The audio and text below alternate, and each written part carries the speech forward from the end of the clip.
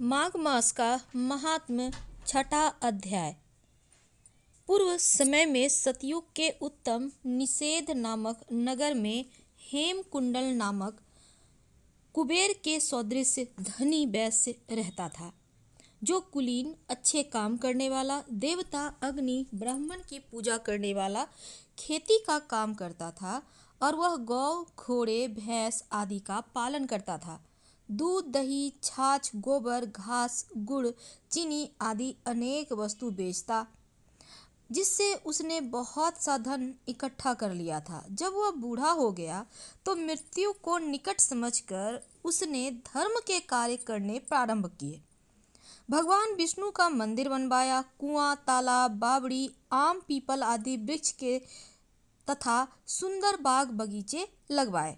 सूर्योदय से सूर्यास्त तक वह दान करता और गांव के चारों तरफ जल की प्याऊ लगवाई। उसने सारे जन्म भर जितने भी पाप किए थे उसका प्रायश्चित करता था। इस प्रकार उसके 2 पुत्र उत्पन्न हुए, जिनका नाम उसने कुंडल और विकुंडल रखा। जब दोनों लड़के युवावस्था के हुए तो हेम कुंडल वैश्य गृहस्थी का सब कार्य सौंपकर तपस्या के निमित्त वन में चला गया और वहां विष्णु की आराधना में शरीर को सुखाकर अंत में विष्णु लोक को प्राप्त हुआ। उसके दोनों पुत्र लक्ष्मी के मद को प्राप्त होकर बुरे कार्यों में लग गए। वैश्यागामी वीणा और बाजे लेकर वैश्याओं के साथ गाते फिरते थे। अच्छे सुंदर वस्त्र पहनकर, सुगंधित तेल आदि लगाकर, भांड और खुशामदियों से घिरे हुए हाथी की सवारी और सुंदर घरों में रहते थे। इस प्रकार ऊपर बोए बीज के सदृश वह अपने धन को बुरे कार्यों में नष्ट करता था।